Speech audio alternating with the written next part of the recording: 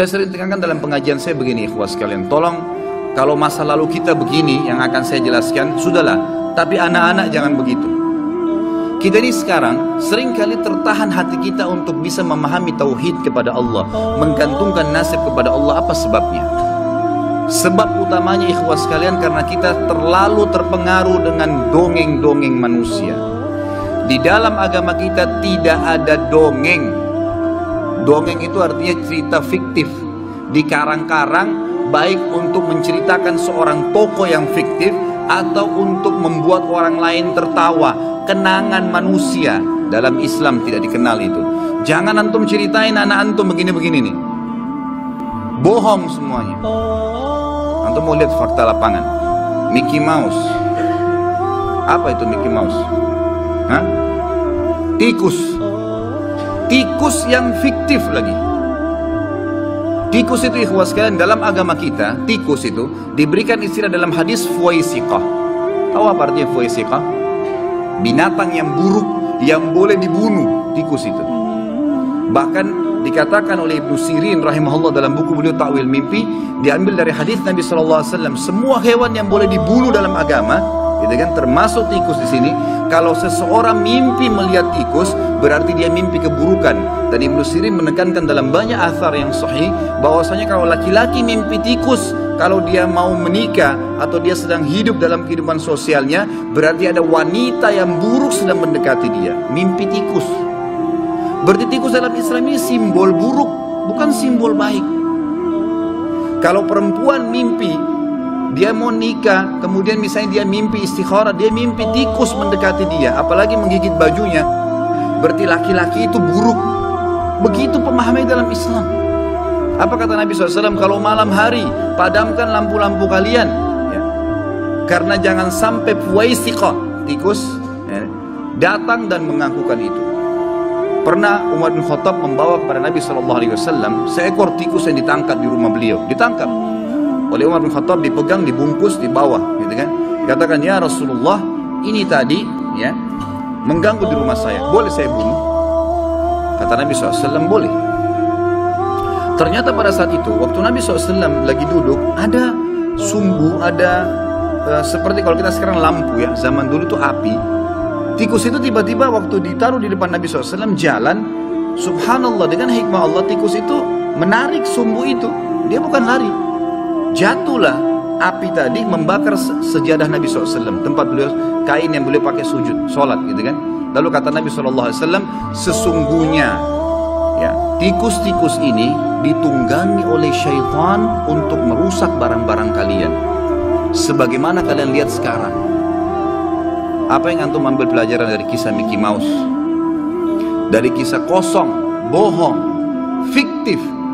Demi Allah, ikhwan, merusak akidah antum. Berapa banyak orang Islam yang buat kamar anaknya Mickey Mouse semua. Ini bukan main-main ini. Ini masalahnya ini jadi penghalang akidah. Antum jadi nggak bisa memahami hal-hal gaib seperti ini karena kita terkontaminasi dengan cerita fiktif, dongeng yang bohong. Tom and Jerry itu apa, ikhwan? Hah?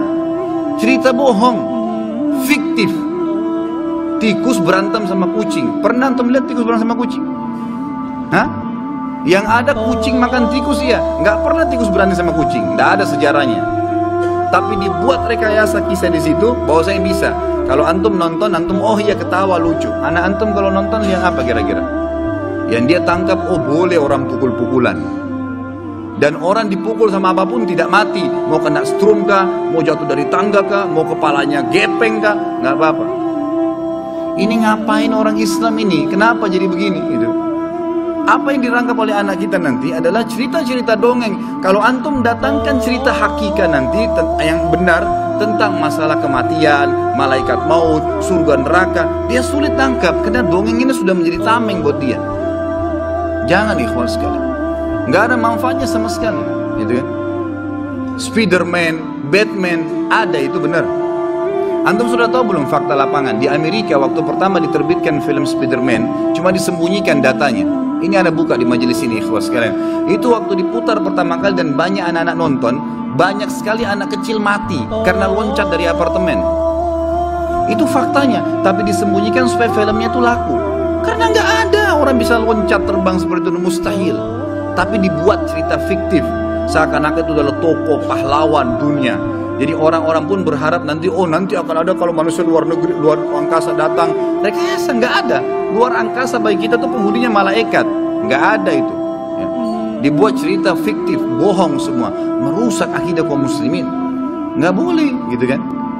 Di Amerika, bukan Amerika, di beberapa negara Eropa, saya dengar kemarin cuplikan langsung dari Saudi, itu ternyata SpongeBob itu dilarang udah.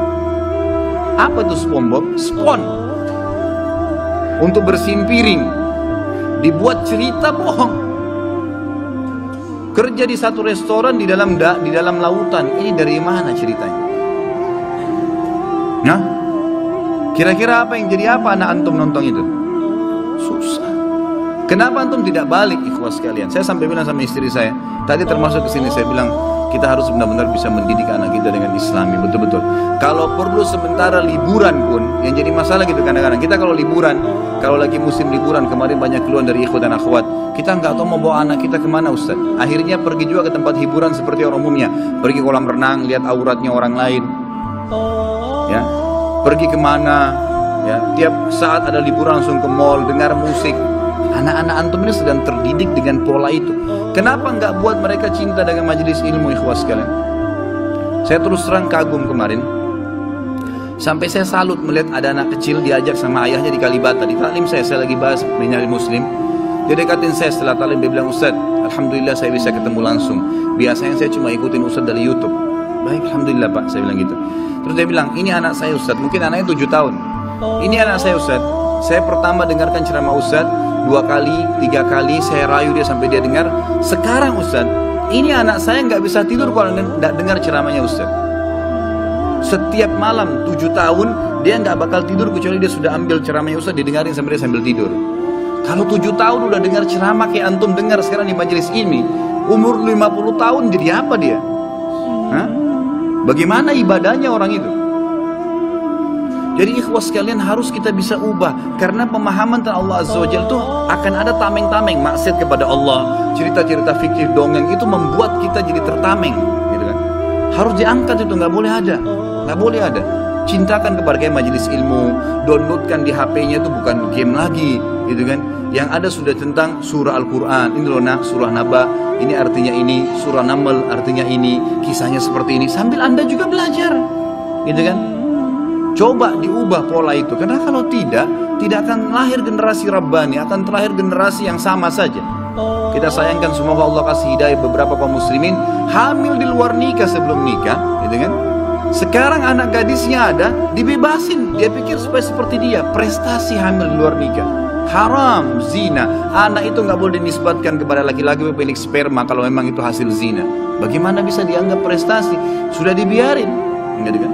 Nggak boleh ini. Harus kita ubah. Kalau enggak, uluhiyah kita kepada Allah ini bisa nanti jadi susah gitu. Nggak boleh. Saya kemarin bimbing umrah, ada satu polisi dari Kalimantan ikut. Saya minta sama pengelola bimbingan umrah, saya bilang mohon maaf, jadwalnya kan dia cuma ceramah sekali Madinah, sekali Mekah. Saya bilang enggak, saya minta ceramah tiap hari dari saya. Setiap habis asar, semua jemaah kumpul di ruangan saya saja. Di kamar saya nggak apa-apa, kumpul nanti saya isi ceramah.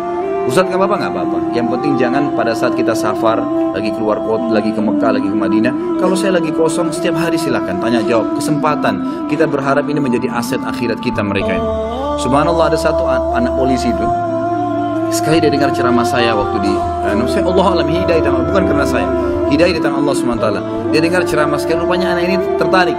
Jadi setiap hari selama kita 12 hari kalau salah kemarin, 12 hari itu, setiap hari cuma mungkin 3 atau 2 hari yang kita tidak isi pengajian pada saat datang dan pada saat pulang. Selebihnya itu isi ceramah.